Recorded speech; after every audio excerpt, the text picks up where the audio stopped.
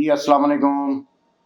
बहुत शुक्रिया जिन लोगों ने हमारी वीडियो को लाइक किया, शेयर किया और जो कमेंट्स दिए हैं उन सब दोस्तों का बहुत शुक्रिया। मैं हूं इश्तियाक अब्बासी और मेरे साथ हैं शाहिद अली जी। आज कुछ अपडेट्स हैं वो आपके साथ शेयर करनी है और ये जो मेन अपडेट है वो उसी से स्टार्ट करते हैं। आदिल राजा साहब जो हैं वो आजकल एक सोशल मीडिया पे सुपरस्टार बने हुए हैं। 2 दिन पहले भी एक वीडियो उनकी आई थी, वो सबने ऑलमोस्ट देखी होगी। शो बिजनेस के हवाले से कुछ ख्वातीन के बारे में उन्होंने की थी। लेकिन अब्बासी साहब मेरे ख्याल से किसी के बारे में ज़ाती राय हमें देने से पहले मेरे ख्याल से हमें क्या सबको एहतियात बरतनी चाहिए जब तक आपके पास कोई सॉलिड एविडेंसेस ना हो।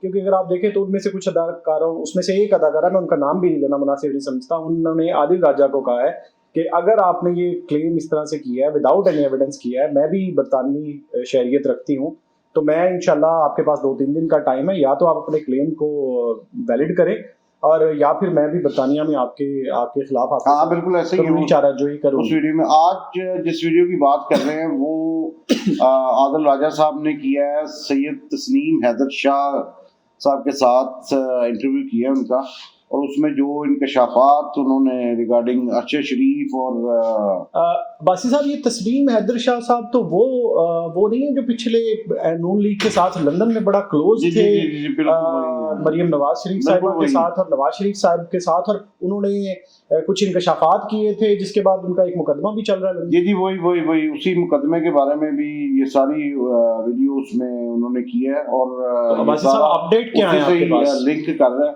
अपडेट ये है कि मैंने वो देखी है वीडियो, सच अभी उसकी वो कंफर्मेशन तो सच नहीं हुई, लेकिन वो इंटरव्यू और भी लोगों ने इस पे बात की है यूट्यूब पे। लेकिन वो जो बातें उसने की हैं और जो आदिल राजा साहब ने उन बातों को रिपीट करके इंडोर्स की है, वो ये है कि मरियम नवाज साहबा की ये ख्वाहिश थी कि जी अरशद शरीफ का रास्ते से हटाना है उसको भी, और वो आपके सामने आ भी गया है कि उसका मर्डर हो गया बेचारा अरशद शरीफ साहब का, और उसके बाद इमरान खान पे जो अटेम्प्ट हुई है वो भी।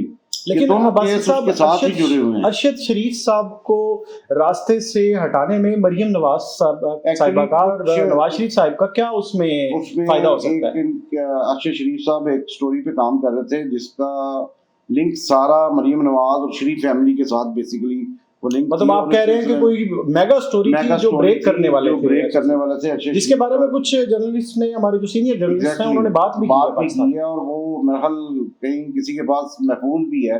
अच्छा, जो अरशद शरीफ ने बताया भी है और कुछ और लोगों ने भी उस पर बात की है। लेकिन अब ये जो इतना आज सोशल मीडिया सारा इसी के साथ ही भरा हुआ है कि तस्नीम हैदर शाह ने क्या क्या इंकशाफात किए। उसने कहा जी कि मेरे पास, उन्होंने मुझे वीडियोस भी दिखाई हैं और 3-4 लोगों के कोड भी किया जो उनके नवाज शरीफ वगैरह के साथ उनके साथ ही होते हैं कि जी ये बड़ा इन्होंने प्लान करके तो ये मर्डर करवाया और वीडियो देखती रही हैं और इस पर वो खुश होती नहीं है और खुशी का इजहार करती नहीं है। और अब जो क्योंकि उधर लंदन कोर्ट में अभी 6 जनवरी तक तो कोर्ट्स बंद हैं, उसके बाद इसकी कोई फाइनल को डेट पड़ेगी, वो जो इन्वेस्टिगेशन की डेट, हेयरिंग या जो भी वो पुलिस ने उन्होंने करवाया। तो साथ में वो ये कह रहा है तस्लीम हैदर शाह कि इसका अभी नवाज शरीफ और मरीम नवाज जो हैं वो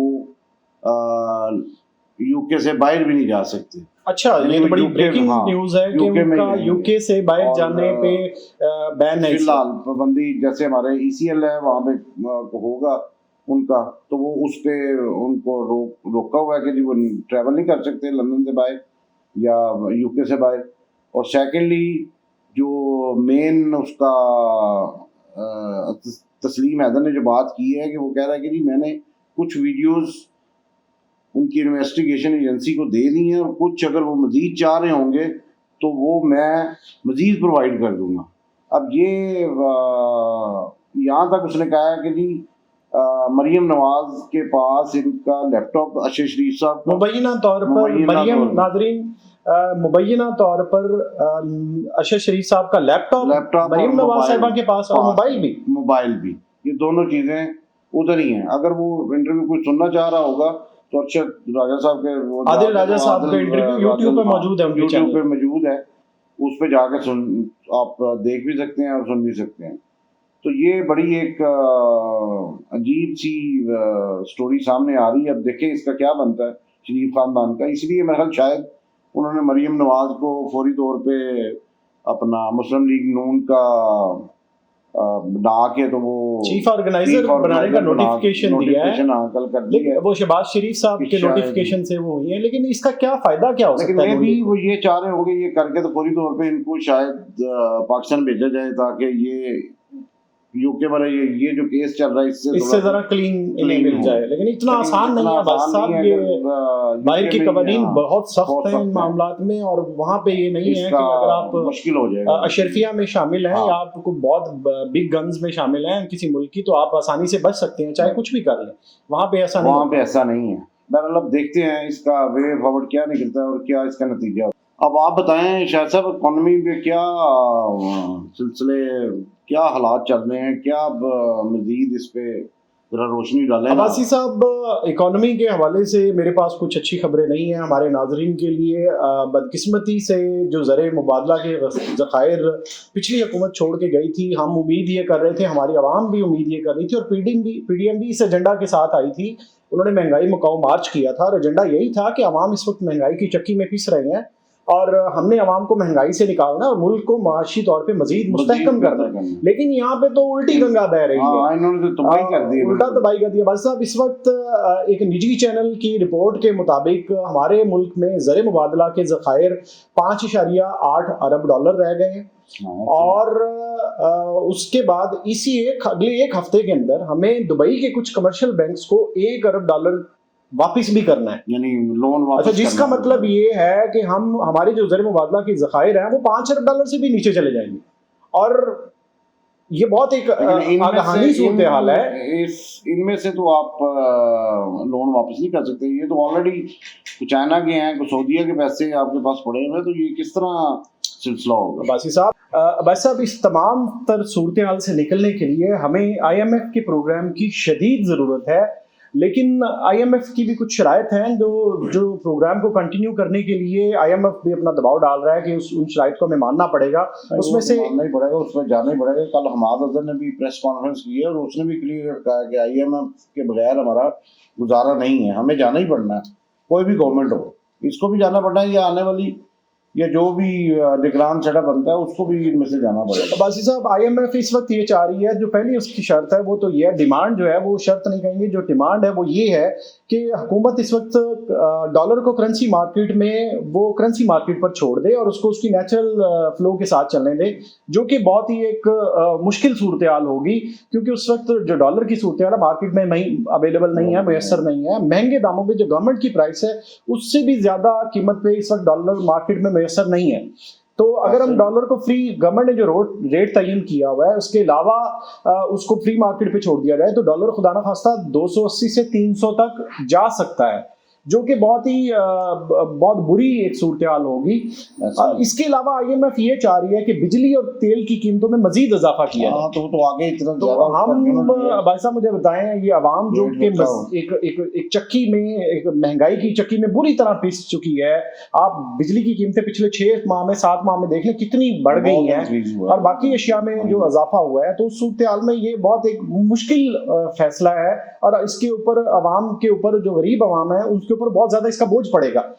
और भाई साहब, गवर्नमेंट को तकरीबन 83 अरब रुपए चाहिए, 83 अरब डॉलर चाहिए नेक्स्ट 3 माह के अंदर, जिसमें से कुछ 480 अरब रुपए तो आप डोमेस्टिक मार्केट से कोशिश करके इकट्ठा कर लेंगे, लेकिन 1600 अरब डॉलर की कोई ऑप्शन आपको लेनी है, कोई 3